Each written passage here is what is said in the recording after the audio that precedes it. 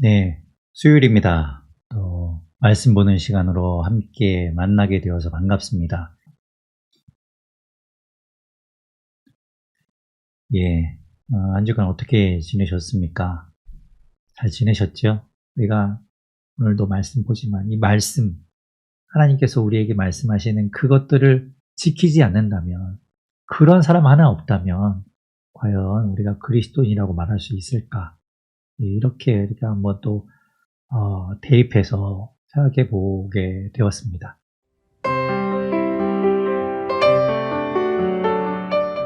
살아계신 하나님 감사합니다. 오늘도 주의 말씀을 우리가 봅니다. 하나님, 그 말씀이 그냥 흘러가는 말씀, 그저 잠깐 스쳐 지나가는 말씀이 아니라 우리 안에 심겨지게 하여 주시고 그것을 붙들고 살아가는 우리가 되게 하여 주십시오. 하나님, 그 말씀이 우리의 삶을 붙들게 하여 주십시오. 그 말씀이 우리의 삶으로 살아내지도록 우리를 붙들어 주시고 인도하여 주십시오.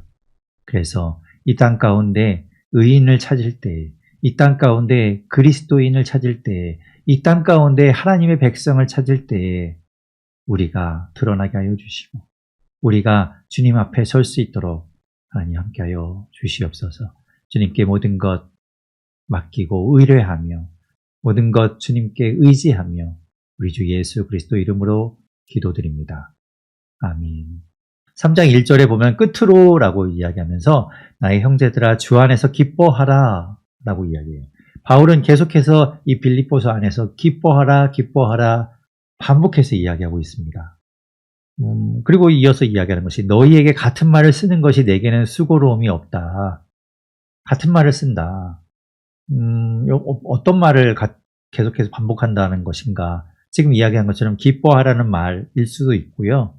그리고 이제 조심하라. 그들에게 권면을 주는 말을 반복해서 이야기하는 것이라고 생각할 수도 있겠어요. 아무튼 그렇게 바울이 이제 이 빌립보 교인들에게 이제 여러 가지 이야기를 해주는 것이 전혀 수고스럽거나 귀찮지 않다. 그러면서 그것이 1절 끝에 있는 것처럼 너희에게는 안전하니라. 오히려 그것이 너희를 위하는 말이기 때문에 내가 계속해서 반복하고 있다라고 말하고 있는 것이죠. 2장에서는 하나 되라고 이야기했어요. 근데 3장에 오면 여기서는 그 빌립보 교회 안에 들어온 이상한 사람들, 그들을 조심하라 라고 이야기하죠. 2절에 말합니다. 개들을 삼가라. 개들을 삼가라. 행악하는 자들을 삼가고 몸을 상해하는 일을 삼가라. 세 가지 이야기했어요. 개들을 삼가고 행악하는 자들을 삼가고 몸을 상해하는 일을 삼가라. 개라는 말은 강아지를 이야기하는 게 아닙니다. 여기서 개라는 말은 약간 비하해서 하는 말이에요. 우리가 이제 이전에도 신명기 말씀이었죠. 신명기 23장에서 보면 신명기 23장 18절에 보면 하나님께서 말씀하시기를 이제 그 이스라엘 공동체 안에 들어올 수 없는 사람들이 누구고 이런 이야기를 하시면서 18절에 보면 창기가 번 돈과 개 같은 자의 소득, 욕처럼 들리죠. 아무튼 그런 식으로 이제 비하해서 하는 말이에요. 개 같은 자의 소득. 여기서 개 같은 자라고 비유되는 이 사람들은 창기라던가 어쨌든 아주 하나님 보시기에 합당하지 않은 방법으로 돈을 버는 사람들을 말하죠. 그러니까 탐욕적이고 자기의 욕심만을 추구하면서 하나님 말씀을 어기고 그것들을 지키지 않으면서 자기 욕심을 따라서 살아가는 사람들. 그들이 벌어들이는 소득은 하나님이 원하시지 않는다. 기뻐하지 않는다. 하나님의 여호와의 전에 가져오지 말라라고 했었는데 여기서 개들을 삼가라라는 이 말도 비슷한 거예요. 개. 결국 자기의 욕심을 따라 살아가는 사람들. 그래서 이제 이 개라고 표현한 것들이 그렇게 이제 비하해서 이제 하는 말이죠. 그 뒤에 이제 행악하는 자들. 같은 말이라고 볼 수 있어요. 악을 일삼는 자들. 악한 일을 전혀 부끄럽지 않게 행하는 자들. 그들을 삼가라. 그리고 몸을 상해하는 일을 삼가라라고 했는데 몸을 상하게 하는 일은 무슨 말인가 하면 여기서 말하는 것은 이제 할례예요. 할례. 몸에 행하는 할례. 그런데 그 몸에 행하는 할례를 육체의 할례를 말이죠. 이때 당시 이방인들의 풍습에 의하면 이방인 제사하면서 왜 이렇게 약간 환각 상태 같은 그런 몽환적인 상태에서 막 이렇게 자기 몸에 상처를 내고 막 이렇게 하면서 이방신에게 제사합니다. 우리가 그 엘리야와 갈멜산에서 그죠? 그 비가 오게 해달라고 이제 바알과 아세라 선지자들 450명과 함께 이제 대결을 펼치잖아요. 그때도 그 선지자들 뭐였습니까? 이방신을 위해서 계속 빌다가 안 되니까 나중에 자기 몸을 막 상해하면서 그렇게 했었거든요. 그런 것을 이야기하는 거죠. 할례인데 마치 그것이 자기 몸을 상해하는 것처럼 그렇게 그런 이방신을 섬기는 것과 비슷하게 하는 그런 할례. 그것을 삼가라라고 이야기합니다. 결국에는 자기의 욕심을 따라서 자기의 육체의 소욕을 따라서 살아가는 그런 것들을 삼가라라는 말이고 육체의 할례를 그걸 가지고 막 우선으로 삼지 말라고 이야기하는 거죠. 그러면서 3절에 말하는 게 이거예요. 하나님의 성령으로 봉사하고 그리스도 예수로 자랑하고 육체를 신뢰하지 아니하는 것. 자기 육체의 신분이라든가 자기 혈통이라든가 이런 것들을 자랑하지 않는 것, 그걸 신뢰하지 않는 것. 그런 우리가 곧 할례파다. 이 말은 곧 참된 할례를 받은 사람들이다. 육체의 할례를 행하는 것이 그것이 하나님의 백성이 아니라 마음의 할례를 받는 것. 그게 참된 하나님의 백성이다라는 거죠. 바울은 로마서 2장에서 이미 그런 이야기를 한 적이 있어요. 로마서 2장 28절, 29절에 보면 표면적 유대인, 그러니까 육체의 할례를 행하는 육신의 할례가 아니라 진짜 할례가 아니라 마음의 할례를 행하는 것, 그것이 진짜다라고 이야기한 적이 있죠. 그런 이야기입니다. 바울이 이야기하는 것이 그 마음의 할례를 받은 우리가 진짜다라고 이야기하는 거죠. 그러면서 바울이 이제 자기 이야기합니다. 나는 육체적으로 그 사람들이 육체를 자신의 어떤 신뢰거리 아니면 자기의 자랑거리로 삼는데 나라고 해서 유대인들 앞에 내가 떳떳하지 않는가? 아니다. 나도 그렇다라고 이야기하면서 5절에 말하죠. 내가 8일 만에 할례를 받았고 율법을 따라서 그렇게 할례를 받았고 이스라엘 족속이고 베냐민 집하고 히브리인 중에 히브리인이고 율법으로는 바리새인 중에서도 총망받는 유대인이었어요. 그러니까 그렇게 자기가 훌륭한 유대교회 유대인으로서 그런 사람이었다. 하지만 나 그것을 자랑하지 않는다라는 거죠. 6절에 말합니다. 열심으로 얼마나 내가 열심으로 유대교회에 심취했었는가. 교회를 박해하고 율법의 의로는 흠이 없는 자였다라고 자기 스스로를 이야기합니다. 자기를 자랑한다기보다는 자기 이야기를 들려주는 거예요. 내가 이걸 자랑하려고 이야기하는 게 아니라 너희들이 그걸 자랑하지만 나 또한 그런 자격이지만 그걸 자랑하진 않는다 라고 말하고 있는 것이죠. 이미 바울은 이전에도 계속해서 사도권에 대해서 이야기하고 바울의 과거에 대해서 이야기하는 사람들 또 유대주의자들 이런 사람들 앞에서 이제 그런 이야기를 한 적이 있죠. 사도행전 22장에서도 바울이 직접 이야기한 적이 있고 로마서 11장, 고린도후서 11장 각각에 보면 내가 이스라엘 유대인 중에서 어떤 사람이었는지 그것을 이제 이야기합니다. 그런 것들이 나의 조건이었지만 나의 출신 성분이었고 배경이었지만 그런 것들을 난 자랑하지 않는다 라고 말하는 것이죠. 그러면서 이제 자기가 교회를 박해했던 이야기를 하는데 그 교회를 박해했었던 이야기도 여러 번 이야기한 적이 있어요. 사도행전 26장에서도 내가 외국 성에까지 가서 박해했고 라는 이야기를 하고 고린도전서 15장 갈라디아서 1장에 보면 하나님의 교회를 박해했었다 라는 것들을 고백하기도 했었습니다. 그렇게 이제 바울이 자기 이야기를 합니다. 그러나 7절에 말하죠. 오늘 보면 7절에 보면 무엇이든지 내게 유익하던 그런 것들, 내가 자랑거리로 삼던 그런 것들을 내가 이제는 그리스도를 위하여 다 해로 여긴다. 다 쓸데없는 것으로 여긴다라고 말하죠. 8절에 말합니다. 모든 것을 해로 여김은 내 주 그리스도 예수를 아는 지식이 가장 고상하기 때문이라는 거예요. 가장 위에 있고 가장 최상위에 있는 가장 값지고 가장 고귀한 것이 바로 예수 그리스도를 아는 지식이라는 겁니다. 여러분이 바로 그 지식을 소유하는 사람들인 거죠. 그러니 다른 것들은 다 이제 필요가 없는 거예요. 다른 것들은 다 나에게 그렇게 중요하지 않아요. 그래서 다 모든 것들을 잃어버려도 배설물로 여겨도 괜찮다. 그러면서 이제 또 8절 끝에 9절 앞부분에 말하죠. 그리스도를 얻기만 할 수 있다면, 내가 그리스도 안에서 발견될 수만 있다면, 내가 그리스도 안에 머물 수만 있다면 난 그걸로 족하다라고 말하는 것이죠. 그러면서 내가 가진 의의는 율법으로, 내가 율법을 지킴으로 인해서, 얘가 과거에는 그렇게 했지만 그 율법을 따름으로 인해서, 율법을 지킴으로 인해서 얻는 의의가 아니라 그리스도를 믿는 믿음으로 하나님께로부터 받는 의의, 그 의의로 내가 주님 앞에 머물고 발견되기를 원한다라고 말하고 있습니다. 자, 그리고 이제 10절부터는 그가 이야기하는 것이, 내가 그리스도와 그 부활의 권능과 그 고난에 참여함을 알고자 하여 그의 죽으심을 본받아 어떻게 해서든지 죽은 자 가운데서 부활에 이르려 하노니, 내가 그 주님 안에서 그런 것들을, 그리스도와 그 부활의 권능과 이런 것들을 본받고 내가 그 주님을 따라가고 그 주님께서 부활하신 것처럼 나도 그 부활에 이르기를 원하여 구원의 길을 내가 달려가고 있다라고 말하죠.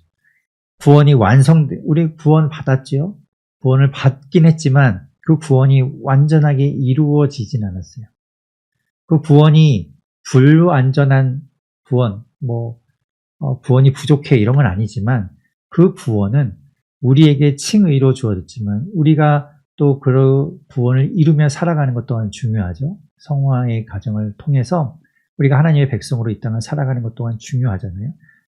바울이 이제 그런 이야기합니다. 12절에 내가 이미 얻었다 함도 아니요 온전히 이루었다 함도 아니라 오직 내가 그리스도 예수께 잡힌 바 된 그것을 잡으려고 달려가노라. 구원을 이루기 위해서 주님께서 나를 부르신 그 부르심에 합당한 삶을 살기 위해서 계속해서 달려간다 라고 말하죠. 13절에 보십시오. 뒤에 있는 것, 중간에 보면 뒤에 있는 것은 잊어버리고 지나간 것에 계속 연연하고 그런 것들에 계속 내가 붙들고 있는 것이 아니라 앞에 있는 주님을 향해서 주님께서 말씀하신 것들을 이루기 위해서 달려가는 길을 간다. 그것이 나의 목표다, 표대다라고 말하죠.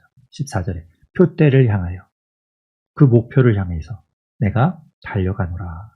그리스도 예수 안에서 하나님이 위해서 부르신 그 부르심, 나를 부르신 그 부르심을 이루기 위해서 내가 달려간다라고 바울이 이야기하고 있습니다. 그러면서 15절에 그러므로 누구든지 그렇게 나와 함께 같이 가자라고 말하는 것이죠. 우리 온전히 이룬 자들은 이렇게 생각할지니 만일 어떤 일에 너희가 달리 생각하면 하나님이 이것도 너희에게 나타내시리라. 그러면서 16절에 오직 우리가 어디까지 이르렀든지 그대로 행할 것이라 라고 말하면서 그 표대를 향해서 우리가 계속 나아가고 달려가지만 지금 우리가 어디에 머물든지 간에 한 절반을 갔든 아니면 10분의 1 정도밖에 못 갔든 어디에 머물든지 간에 거기에서 우리가 최선을 다해서 할 수 있는 일들을 행하는 것이 중요하다는 것이죠. 그리고 이제 17절부터 말합니다. 형제들아 너희는 함께 나를 본받으라. 바울이 앞장서서 내가 먼저 달려가면서 내가 그렇게 살아가고 있을 테니 나와 함께 가자. 나를 따라서 함께 가자라고 이야기하는 것이죠. 17절 끝에 말합니다. 행하는 자들을 눈여겨보라. 그래서 그 길을 잘 따라오라고 말하는 것이죠. 18절에 말합니다. 내가 여러 번 너희에게 말하였거니와 이제도 눈물을 흘리며 말하는, 정말 간곡하게 간절한 마음으로 정말 진실되게 이야기하느니 여러 사람들이 그리스도의 십자가의 원수로 행하느니라. 이제 앞에서 이야기한 것처럼 그렇게 복음을 변질시키고 복음에 반대하고 복음을 다른 것으로 이야기하는 그런 사람들이 있다는 거죠. 19절에 그들의 마침은 멸망이고 그들의 결국은 사망으로 가는 것이죠. 그들의 신은 배요. 여기서 말하는 배는 우리 신체에 있는 이 배 말합니다. 뱃속, 뱃두들 있는 배.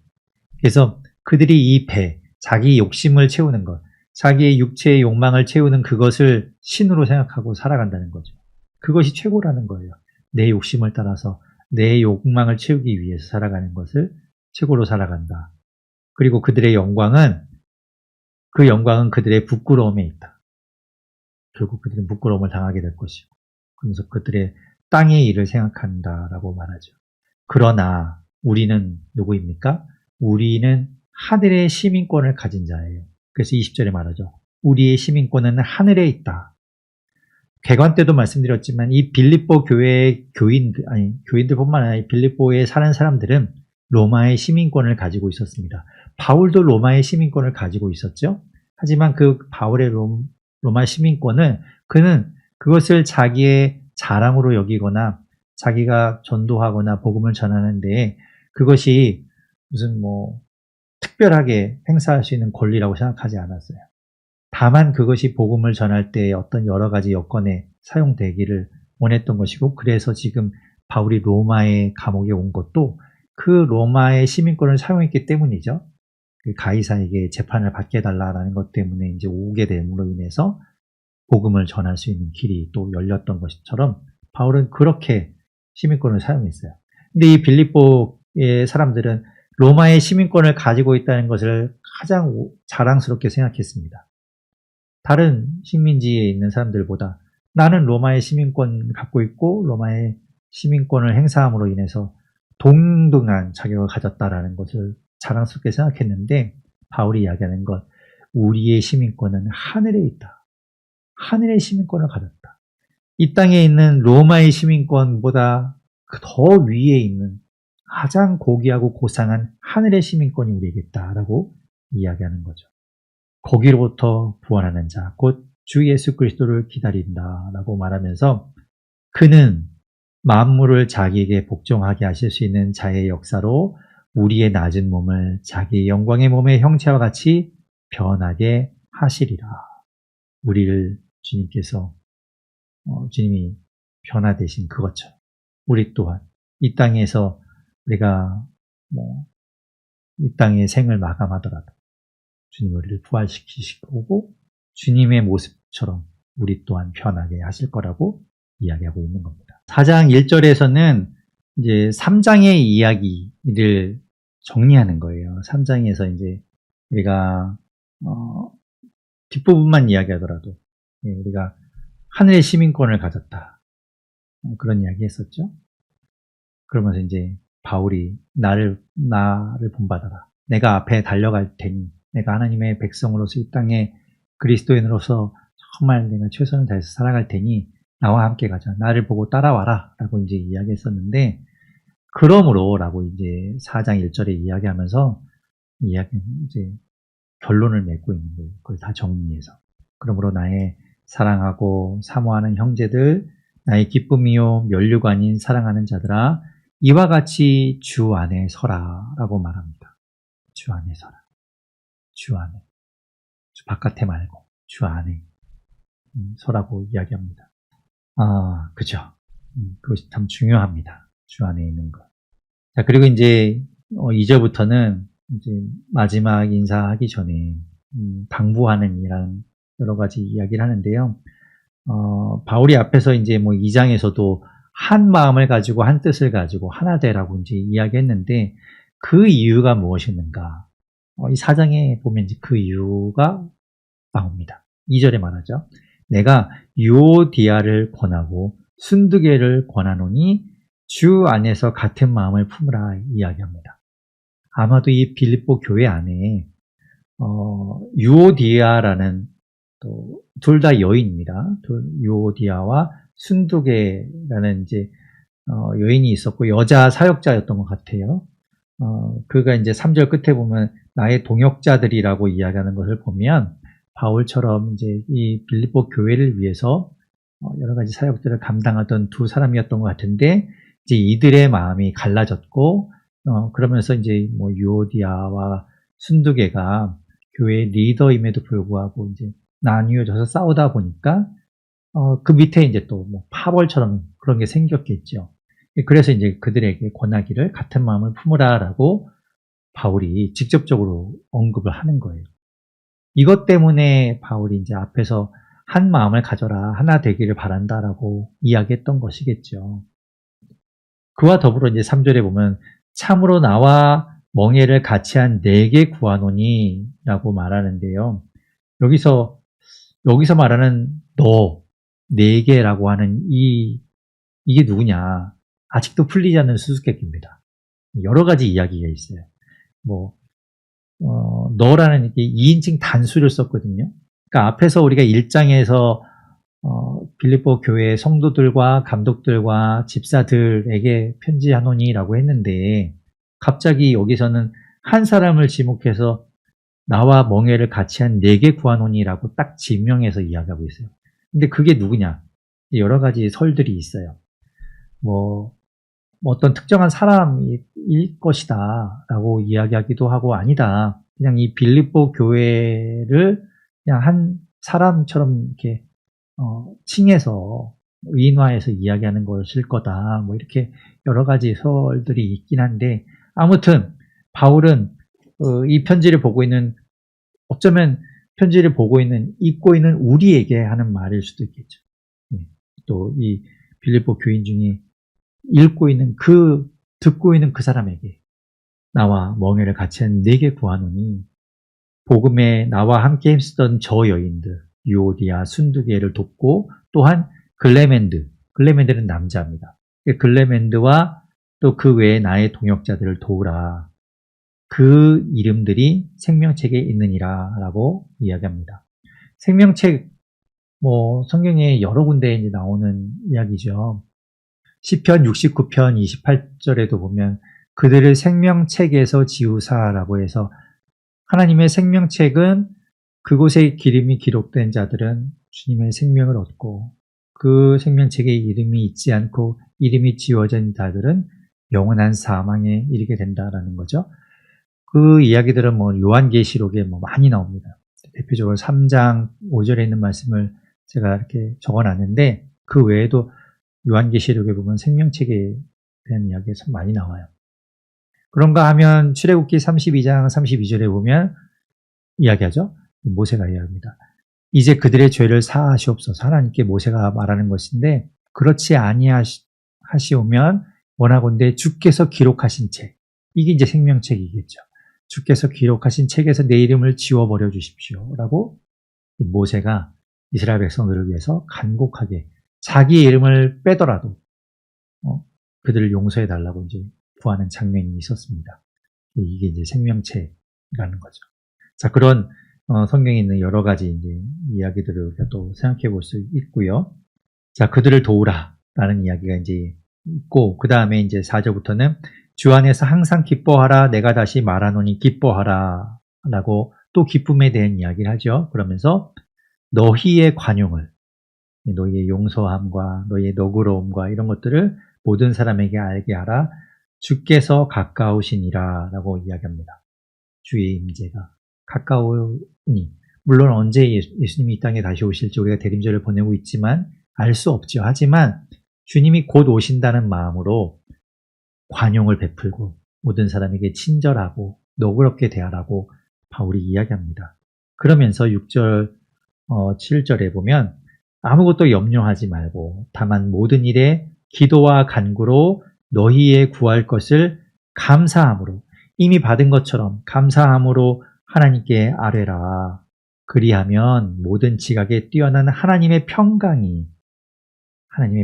평화가 그리스도 예수 안에서 너희 마음과 생각을 지키시리라 라고 이야기합니다. 우리는 그저 구할 뿐이에요. 우리가 구하고 마치 그 구한 것들을 주님께서 들으시고 역사하실 것을 믿고 마치 이루어진 것처럼 그렇게 우리가 기도하고 간구하고 그렇게 주님 앞에 나아간다면 주님께서 우리 마음에 평강을 주신다는 거죠. 평강을 주셔서 그 마음이 우리의 마음과 생각을 지켜주신다라고 이야기합니다. 우리가 기도한 대로 되느냐 안 되느냐, 그거는 주님께 달린 거예요. 주님의 손에 있는 겁니다. 우리는 구할 뿐이고 주님께서 주시는 평강이 우리 안에 있을 뿐이죠. 구한 것대로 되는가 안 되는가는 온전히 주님께 달려있죠. 8절 9절에 바울은 또 이야기합니다. 끝으로 형제들아 무엇에든지 참되며 여러 가지 이야기를 합니다. 그런데 이것들을 한번 잘 들어보십시오. 무엇에든지 참되라. 무엇에든지 경건해라. 무엇에든지 옳고 무엇에든지 정결하고 무엇에든지 사랑받을 만하고 무엇에든지 칭찬받을 만하고 무슨 덕이 있든지 무슨 기림이 있든지 이것들을 생각하라 라고 이야기합니다. 참된 것, 경건한 것. 경건한 것은 어떤 것인가 하면 하나님을 두려워하는 거예요. 경건하다는 건. 그래서 하나님 앞에 있는 것처럼 하나님 앞에 가면 우리가 하나님을 두려워하게 되잖아요. 하나님이 존재하고 계심을, 하나님이 내 앞에 계심을, 하나님이 날 보고 계시다고 생각하면 우리가 두렵고 떨리는 마음으로 살아갈 수밖에 없겠죠. 예, 그런 경건한 겁니다. 그렇든지 옳은 길을 가든지 정결하고 깨끗하고 사랑받을 만하고 칭찬받을 만하고 이런 것들을 생각하라 라고 이야기하죠. 그리고 9절에 말합니다. 너희는 내게 배우고 받고 듣고 본 바를 행하라. 행하라. 8절 끝에는 생각하라. 9절에 행하라. 생각하고 행하라. 이게 중요한 겁니다. 이게 중요한 겁니다. 그리하면 평강의 하나님이 너희와 함께 계시리라 라고 바울이 이야기합니다. 여러분, 행하는 게 중요해요. 이 땅을 살아가는 우리가 하나님의 말씀, 하나님께서 우리에게 주시는 것, 우리가 분별하고 그것들 가운데 옳은 길로, 참된 길로, 선한 길로, 사랑받을 만한 것, 칭찬받을 만한 길로 우리가 행하며 걸어가는 것이 중요하다는 거죠. 우리의 삶을 그렇게 살아야 한다는 거예요. 그게 중요합니다. 그게 중요한 거예요. 바울은 여기에서 보십시오. 나가서 막 전도하고 이런 것, 그런 이야기 하지 않잖아요. 그것도 중요하지만, 먼저 내가 있는 그곳에서 하나님의 말씀에 따라서 살아가는 그 삶의 모습이 중요하다는 거죠. 행함이 중요하다. 자, 그리고 이제 10절부터 또 바울이 이야기합니다. 내가 주 안에서 크게 기뻐함은 너희가 나를 생각하던 것이 이제 다시 싹이 나니, 이 빌립보 교인들은 이 바울을 참 애틋하게 생각했고 특별하게 생각해서 그의 사역을 돕고자 했고 함께 늘 했던 것 같아요. 그래서 지금 에바브로디도에게 헌금을 모아서 보내주기도 했잖아요. 그렇게 도와주었던, 함께 했던 그들에게 이야기하는 거죠. 10절 중간에 보면 너희가 또한 이를 생각하여 위를 위하여 생각은 하였으나 기회가 없었느니라. 11절 내가 궁핍함으로 말하는 것이 아니다. 도와달라고, 더 달라고 이야기하는 게 아니다. 나는 어떠한 형편이든지 자족하기를 배웠고 비천에 처할 줄도 알고 풍부에 처할 줄도 안다. 없으면 없는 대로, 있으면 있는 대로 그렇게 나는 살아가는 것, 자족하는 것을 배웠다라고 이야기하죠. 왜 그런가? 13절에 내게 능력 주시는 자 안에서 내가 모든 것을 할 수 있다. 그렇기 때문에 없다고 그것을 가지고 비관하거나 그것을 보고 낙관하지 않고 많이 가졌다고 교만하지 않고 오직 주님이 능력 주시는 분 주님이시니 주님 안에 있는 것만으로 그것으로 족하고 그것을 통해서 주님이 주시면 받고 감사하고 또 안 주실 때는 또 안 주시는 이유가 있을 테니 내가 그것에 합당하게 다른 것으로 또 찾아가면서 하는 것. 예, 그렇게 사는 바울의 모습을 우리가 보게 되는 거죠. 14절에 너희가 내 괴로움에 함께 참여하였다. 그러니 잘하였다라고 이야기합니다. 바울을 도와주고 함께 돈만 보내는 게 아니라 함께 기도해주고 또 마음을 같이 해주는 그 모든 것들이 함께하는 것이니까요. 우리가 선교 헌금 이제 하실 텐데 선교 헌금 하는 것도 마찬가지입니다. 우리가 헌금해서 보내는 그걸로 끝이 아니라 우리가 헌금하면서 같이 기도하고 마음을 모아주는 것, 그것이 중요한 것이죠. 함께 참여하는 겁니다. 우리가 그 선교지에 같이 있는 거예요. 15절, 16절에 보면 이제 빌립보 사람들아 너희도 알거니와 복음의 시초에 내가 마게도냐를 떠날 때 주고받은 내 일에 참여한 교회가 너희 외에 아무도 없었다라고 이야기하면서 옛날 이야기하죠. 마게도냐를 떠날 때 이 빌립보가 마게도냐 지역에 관문이었죠. 바울이 2차 전도여행, 3차 전도여행할 때 이제 유럽 대륙을 들어가는 관문이었기 때문에 늘 들리던 곳이었어요. 이게 이제 유럽 대륙이 이제 마게도냐가 이제 이 지역을 마게도냐 지역이라고 하고, 빌립보가 여기 있기 때문에 항상 여기 드로아에서 배를 타고 가면 빌립보를 거쳐가게 되어 있죠. 그리고 이제 뭐 빌립보를 지나서 뭐 데살로니가를 지나고 또 그 밑으로 이제 아가야 지방으로 가게 되면 고린도까지 가게 되는. 예, 이렇게 이제 이 마게도냐를 떠날 때, 그러니까 2차 전도여행 때나 3차 전도여행 때도 각각 이 빌립보를 지나서 이제 마게도냐를 지나서 아가야 지방으로 갔기 때문에 이때가 2차 전도여행 때냐 3차 전도여행 때냐는 우리가 정확하게 알 수 없지만, 아무튼 이 마게도냐 지역을 떠날 때에 이 빌립보 교인들이 도와주었고 함께 있었다는 걸 말합니다. 그리고 데살로니가에 있을 때에도 너희가 한 번뿐 아니라 두 번이나 나의 쓸 것을 보내었다라고 이야기하면서, 바울이 이제 뭐 빌립보를 지나서 데살로니가에 갔을 때도 그 빌립보 교인들이 도와주었다는 걸 이야기합니다. 그것을 감사하고 있는 거죠. 자, 그리고 이제 그러면서 18절에 보면 내게는 모든 것이 있고 또 풍부한지라 에바브로 디도 편에 너희가 준 것을 받음으로 내가 풍족하니 이는 받으실 만한 향기로운 제물이요 하나님을 기쁘시게 한 것이라. 그래서 빌립보 교인들이 헌금하고 돈을 모아서 또 이 바울을 돕기 위해서, 바울의 사역을 위해서 에바브로 디도 편에 보내준 그것을 내가 참 감사함으로 받았다. 그것 때문에 내가 참 마음이 풍족하고 또 우리가 쓸 수 있게 되어서 너무 감사하다, 이제 이런 거죠. 그것은 바울이 받지만 하나님이 기뻐하실 일이다라고 이야기합니다.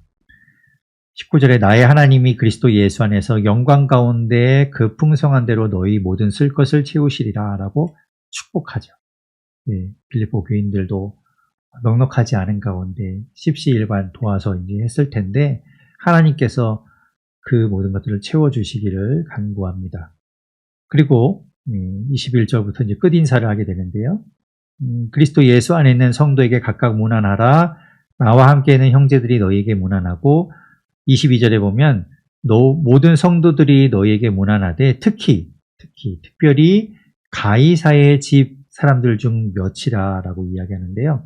가이사는 로마 황제이죠. 카이사르.